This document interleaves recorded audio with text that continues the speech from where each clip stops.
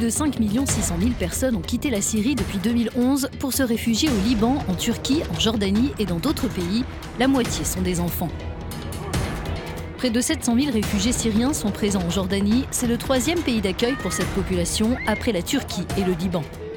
On estime que plus de 700 000 enfants réfugiés syriens ne sont pas scolarisés dans les pays voisins de la Syrie.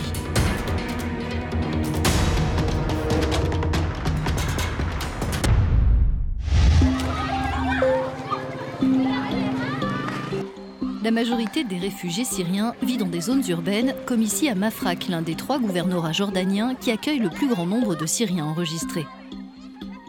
Les écoles du secteur ont été confrontées à l'arrivée de nombreux enfants réfugiés qu'il fallait scolariser, dont certains en situation de handicap.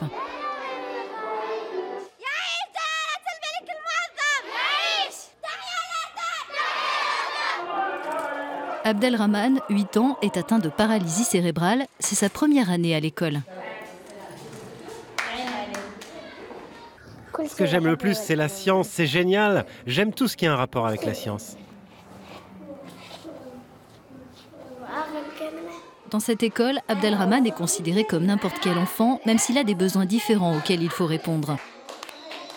L'établissement participe à un programme d'éducation inclusive mené par l'organisation Mercy Corps et financé par l'Union européenne. Abdelrahman attendait depuis 2 ans d'être scolarisé, faute de moyens adéquats pour l'accueillir en classe.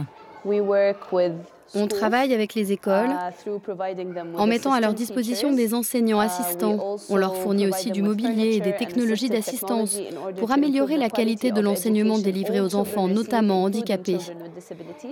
Actuellement, environ 300 enfants bénéficient de séances de réadaptation.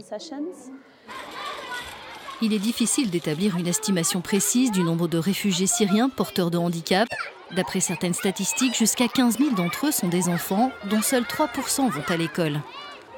Cela s'explique par le manque de moyens au sein du système éducatif jordanien, mais les conditions socio-économiques dans lesquelles vivent les réfugiés, notamment la pauvreté, entrent aussi en ligne de compte. Ça a été dur de le faire scolariser parce qu'il ne peut pas marcher. Et c'est très difficile pour nous de l'amener à l'école et de le ramener. Mais il faut qu'il aille à l'école.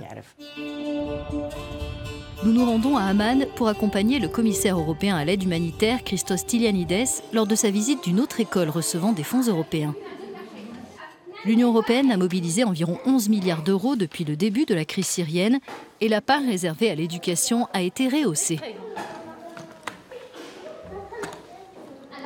L'éducation dans les situations d'urgence, c'est le domaine qui est le plus sous-financé dans notre aide humanitaire. C'est pour cela que j'ai déjà multiplié par 10 le budget pour l'éducation dans les situations d'urgence. Quels sont les objectifs de l'Union européenne en matière de scolarisation des enfants handicapés ? L'an prochain, tous les projets humanitaires devront comporter des spécificités qui concerneront les personnes en situation de handicap. Nous repartons vers le nord et la frontière syrienne pour nous rendre dans une autre école qui accueille des enfants handicapés syriens. Pour favoriser leur intégration, Mercy Corps a formé 160 enseignants assistants comme Darin, qui sont aujourd'hui présents dans plus de 40 écoles jordaniennes. Avec l'aide d'une interprète, elle enseigne la langue des signes à l'ensemble des élèves.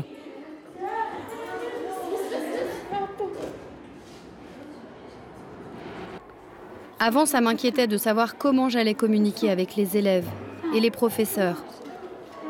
Mais dès mon premier jour en classe, ça a été vraiment facile.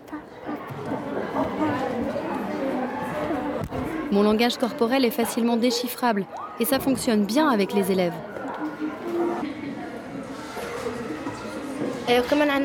J'ai un cousin qui est sourd et je ne pouvais pas communiquer avec lui.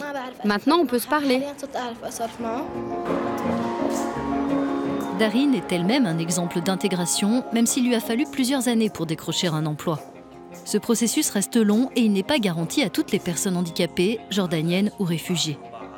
La Jordanie a récemment adopté une nouvelle loi visant à faire respecter leurs droits et un plan stratégique sur 10 ans pour généraliser les initiatives en faveur de leur intégration.